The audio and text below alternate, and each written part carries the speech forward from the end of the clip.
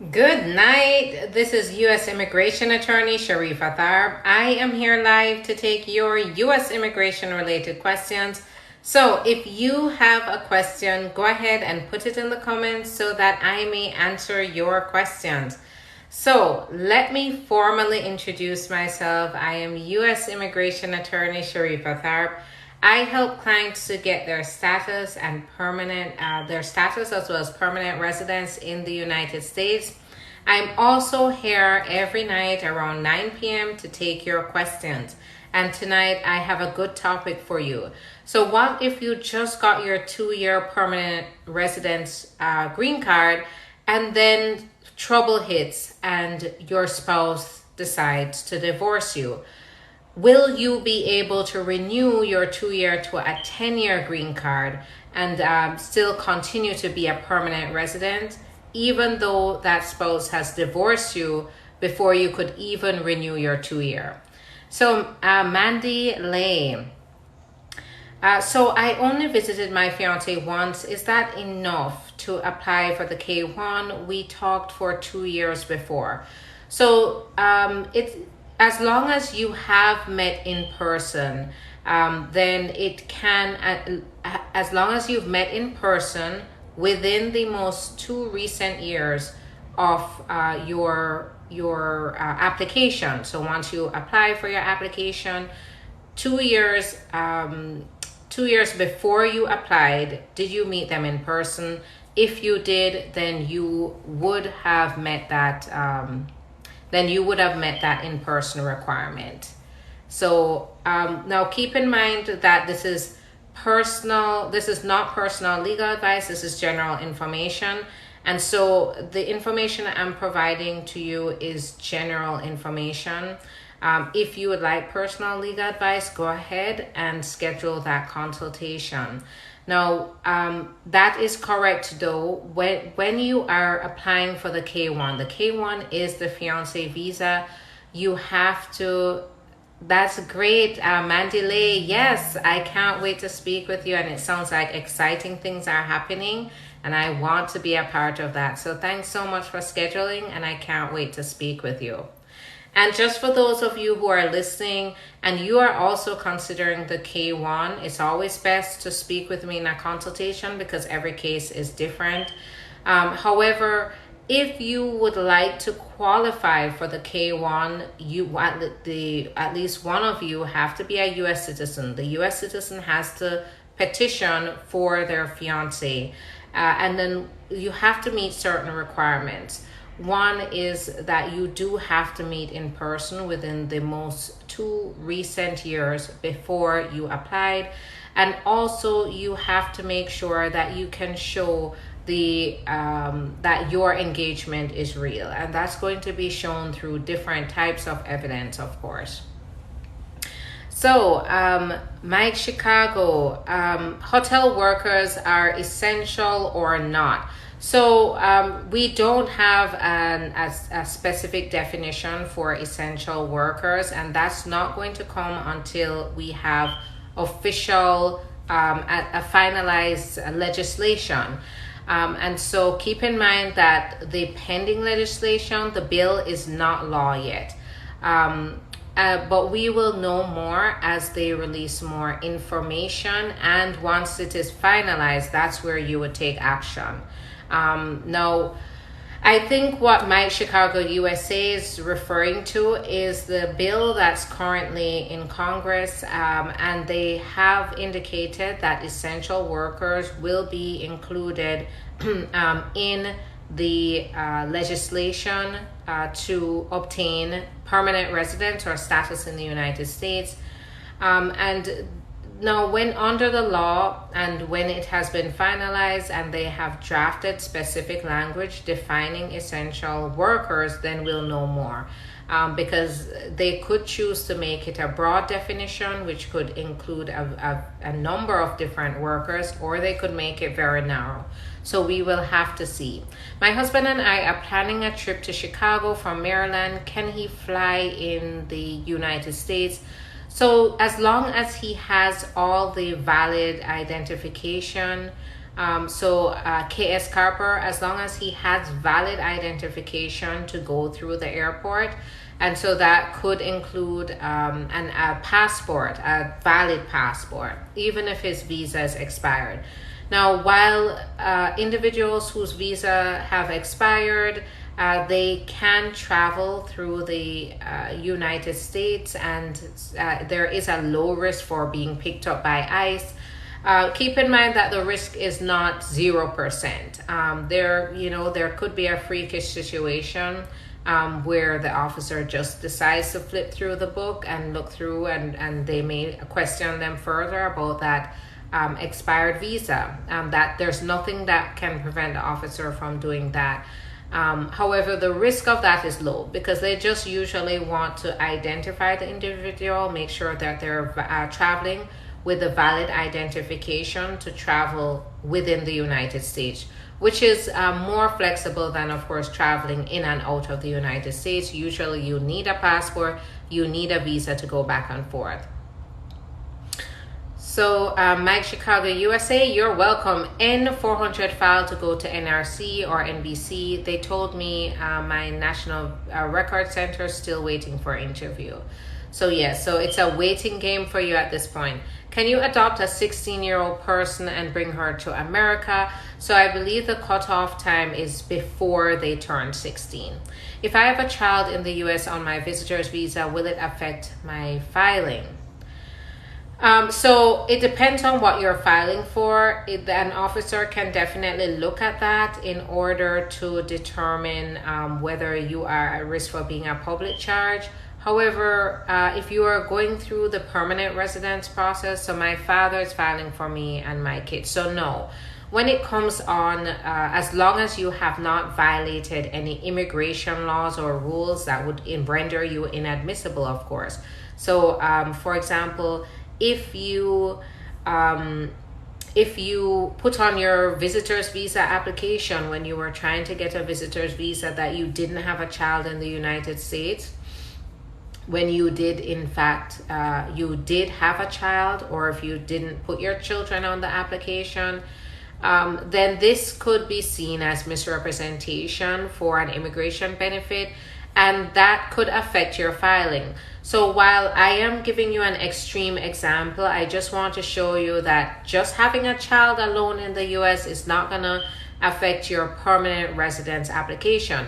However, if somehow having a child relates to maybe facts that you have stated or omitted in an application, that can affect your eligibility if they find something like misrepresentation or fraud. So I am Nika Marie. Keep in mind that this is general information and it is not personal legal advice. And so if there's something that you are concerned about, we would definitely want to sift through it in a consultation to determine whether it would affect you. Can you please tell me what's spouse visa? So the spouse visa is the immigrant visa. It's a form of immigrant visa, and it is where a U.S. citizen or legal permanent resident sponsors their spouse to come to the United States on an immigrant visa. So these are all great questions. I have a great topic as well. So what if you have your permanent residence, but you have your 2-year and your spouse divorces you before you can renew your 2-year? Do you have a chance, or do you have to go back home? And the answer here is absolutely not. You don't have to go back home. So when your marriage terminates before you can renew your 2-year green card to a 10-year green card, you are able to apply for a waiver based on the divorce. Even if your divorce has not been finalized and you are going through the divorce, you could still file this waiver and indicate that you are filing based on divorce. And if you have not provided your divorce decree by the time throughout the process, they'll usually issue you a request for evidence asking for that final divorce decree. Now, this allows you to apply without your spouse, and it also means that you can still go on to get your 10-year green card after being on a 2-year green card, even if you are no longer married to that spouse that got you the green card in the first place. Now, a part of this waiver is that you also have to make sure that you prove the bona fides of your marriage. So what that means is that you have to show that even though your relationship ended, your marriage ended, you can still qualify for your marriage was real even though it ended. How can my spouse go about it? I'm from Jamaica, but he's in the USA. So Carol Michelle, he would have to file petitions, and in this case, he has to be a U.S. citizen or legal permanent resident. He would have to file the relevant petitions in order to get the process going. If you're in Jamaica, I don't know where you are, if you're in Jamaica or you're currently here in the U.S. If you're here in the U.S. and you're married to a U.S. citizen, then you could possibly qualify for adjustment of status if you came in with permission or you were inspected at the border. If you're outside of the United States in Jamaica, then at that point, your spouse would file a petition. Once it's approved, it would go to the National Visa Center where they would prepare your case for the interview, and once you go to the interview and you are approved, you would be able to come to the United States on an immigrant visa and then become a permanent resident. Diva 9 Queen, interview after how long? They said approval notice.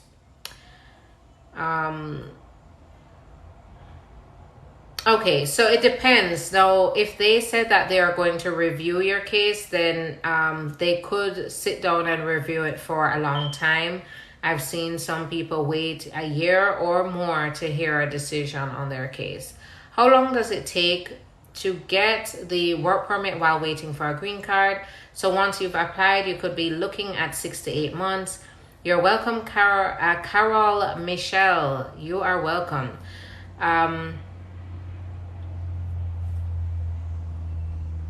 So once you have a P1 visa and you applied for your SSN, are you allowed to work? So you would have to make sure that you abide by the terms of your visa.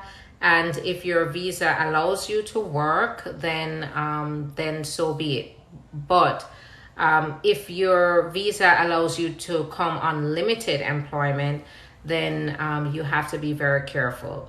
So Rovane, what I would have to do is look at your particular circumstances and advise you on your ability to work and what you want to do. Hi, I have a daughter with a Dutch passport. I'm from Suriname. Is there a possibility for us? You would still have to qualify for the U.S. visa or permanent residence like anyone else. So that means, do you qualify through employment? Do you qualify through a family member? Those are the two main ways that you would have to come. Sassy Mof, hi, my husband's card is coming tomorrow. Yay, 11 months process, South Carolina. Perfect. Congratulations. So, Ravine, if you are on a P1, it would have to be you would have to be able to apply for work authorization separately, and it doesn't usually work that way. Usually when you come on a visa, that visa is going to have the built-in limitations on whether you can work, who you can work for.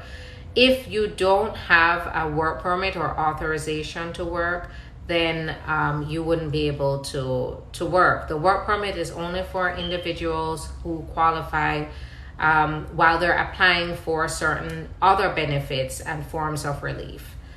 A friend of mine, mom, is in the U.S.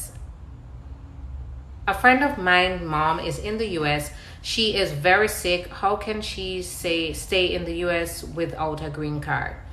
So now that is definitely one of those exceptions to the rules. If she's very sick, then there may be options for medical deferred action for her to continue to get the medical care she needs. That's an exception to the rule, and it's on a case-by-case basis, and you have to submit a special application. So if this is the case, you can always call, schedule a consultation, and we can look further into whether she could qualify for this. How would you know all that, Ravine? Schedule the consultation. If one sibling born in the U.S. and the other two in Guyana, is there any way the two in Guyana can go to the U.S.?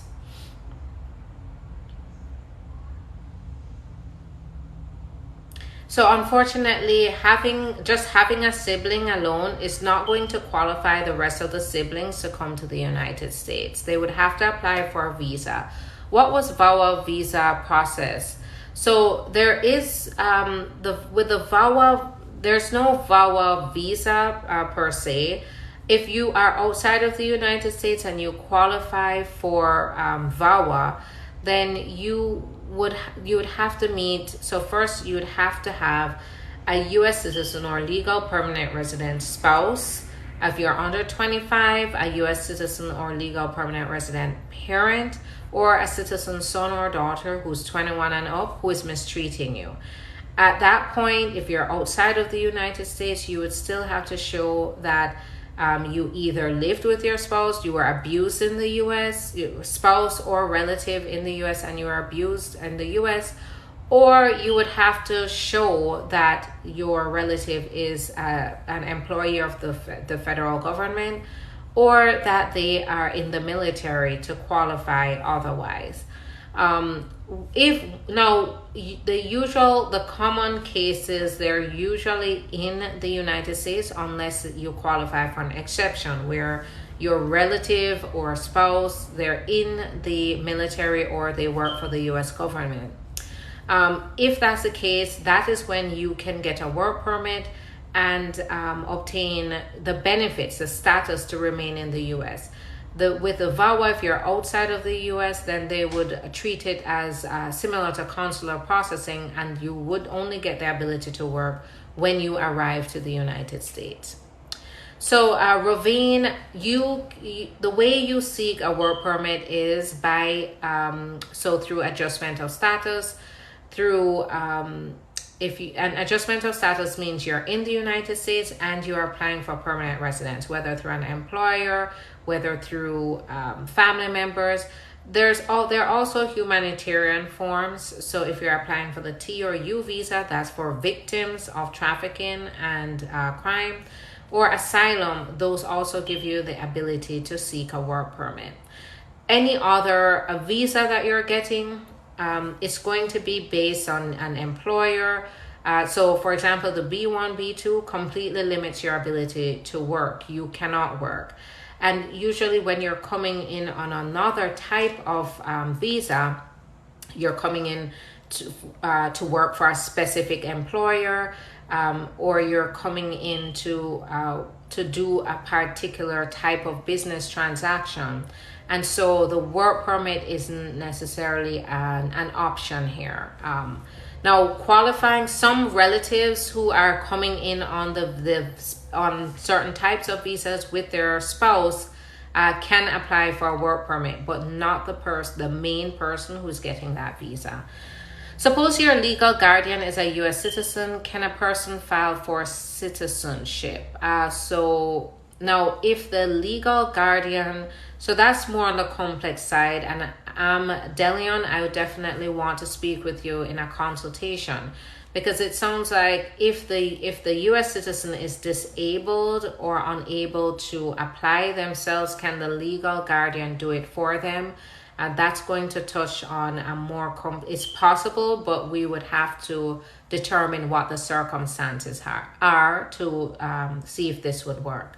They said the case was received. Does that mean we got approved? So no, it doesn't mean that, Riri babe. It just means that they received it and they've started to process your case. And so you should stay on the lookout for any further status updates. Okay, she is in the hospital for a month now. She got 6 months to stay in the U.S. and the 6 months is up next month. So Hot Sunny, and she's still in the hospital.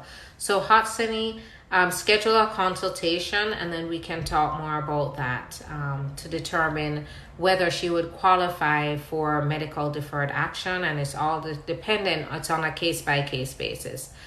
So Force Ripe Sounds, thanks for sharing the live. I appreciate it. So Wolverine, hi there, it's nice to see you. So while your questions come in, I am talking about the fact how you can still apply for your 10-year green card from a 2-year green card, even if your spouse has divorced you. So I'm talking about conditional residence and conditional residence. So can I arrange a consultation with you? User 1388, absolutely, I'm here to help. What you can do, and those is for those of you who are watching right now that you want to schedule a consultation, you can go to the link in my bio. It will take you to the website where there's a phone number, there's an online chat, and there's also the form, the web form. You can choose any mode of communication that's most convenient for you, and each way will lead you to scheduling a consultation. So you can go ahead and call 561-405-4889, and the scheduling coordinator will get you on my schedule and then let you know how you can confirm the appointment. So now, if you want to go, now if you have received your permanent residence through a spouse, so the crowned by Kima one, it's $150 for up to an hour. It is well worth your while because you come out of that consultation knowing exactly what you need to do to approach your situation, to resolve your situation. You will understand your options, and you could walk out with me as your attorney should we determine after all the legal advice that you still need assistance. So go ahead, schedule that consult, and holla Chips, thanks for sharing the live. I appreciate that. And Hot Sunny, thanks again for sharing the live. Now, so Crowned by Kima, you're welcome. And I really hope I get to talk to you. So now with the I'm talking about divorce. What if you got the conditional? So you got the green card through your spouse. At the time that you were married, that you were approved for the green card though, you were married for less than 2 years. So you got that 2-year green card. And then, you know, your marriage hit the rocks, and because of that, you ended up getting divorced before you could even jointly file with your spouse to get your 10-year green card. A lot of people, you know, they come to me in distress, thinking that they everything they built in the United States, their entire life, will go to shambles because they will have to give up their permanent residence and go back home. And that does not have to happen in the case of divorce. So when you do get divorced, there is a waiver that's available. When you're applying for this waiver, you have to show that you divorce, so your marriage terminated. However, even though you're divorced, for the time that you were married, after the time that is between the time that you got your green card and the time that you divorced, it was bona fide. It was a real marriage. It just didn't work out. And that's where legal assistance is very important. Hi there, user 188. Good evening. Because you want to make sure that you don't underestimate this waiver and that you present the best evidence possible to be able to move forward and get your 10-year green card on your own. There are other waivers available. So what if you're not divorced? What if you didn't get divorced? What if your spouse is just giving you a lot of trouble? They're mistreating you. What if you're separated? How can you still apply on your own to get your 10-year green card? And there are still ways to do this. Hi there, Zalik Khan. It's nice to see you. And Anjana, it's nice to see you. Now, with this, there are other waivers available, but it really depends on your particular circumstances. The other waivers you can apply for even if you haven't obtained a divorce yet. And so those would be if you are being mistreated or subjected to extreme cruelty, or if you will experience extreme hardship if you have to leave the country. And the extreme hardship has to be more than your average hardship of someone in your situation, similar situation. So my B1, B2 visa was recently revoked because of an innocent mistake. do I have to wait 5 years to renew? So Mignon Maro, this is one of those complex issues, and if there was an innocent mistake, you should definitely seek legal advice to see if there's a solution. However, if you don't pursue any solutions, which there are no appeals. So with the B1, B2 visa, there are no appeals. There usually the option is to reapply and try to rectify the situation. However, if you don't seek any form of correction in this case, then you would have to, if you were turned around at the border, you'd have to wait the 5 years. So I'm thinking, it sounds like you went through expedited removal. So when your visa is revoked, I'm assuming based on the information you're giving me, it was revoked at the border and you were sent back to your home country. And in that case, you would have to wait the 5 years if you don't seek legal advice to see if there are additional options for you. I'm an American citizen. If I apply for my wife in Guyana, how long does it take? So prepare for an 18-month to 24-month process. Good evening. Does the pharmacist come under essential worker immigration bill? Thank you so much. So the definition of the essential worker there's no official definition. And so we'd have to wait for the detailed language regarding the definition of essential worker under the immigration bill. It depends on how they want to put it. Are they going to make it a very broad provision where many individuals qualify, or are they going to narrow it down to maybe only healthcare workers? Even then, a pharmacist could very well fall under a healthcare worker, especially seeing that you are the ones that work in the hospitals and in the pharmacies to dispense very important medications. Now, it just depends. Do they want to restrict it to only healthcare? Because, the essential workers, the term essential worker really became a coin phrase during this pandemic. And so it just depends on how much they're going to limit it. And I'm going to keep an eye out and provide you an update as soon as I verify the definition of essential worker. So I am going to be heading over to Instagram. Right now, I have a pre-scheduled live over there. Our conversation doesn't have to end here. You can hop on over to Instagram with me and continue your questions there. You could always follow me there. I release good content on Instagram that can provide you answers to your questions or hone you into an immigration solution that may be for you. You can always call and schedule a consultation, and we can talk in depth about your particular circumstances to see what you qualify for, how to approach your situation, and you could walk out with representation. Now, if you go to the link in my bio, you will see the Instagram button.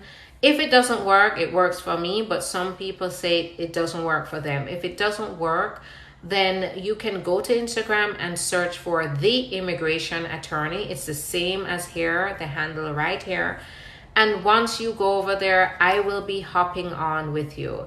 User 188, have a good evening. Now, if you can't join me on Instagram, then I will see you tomorrow at around 9 p.m. Eastern time.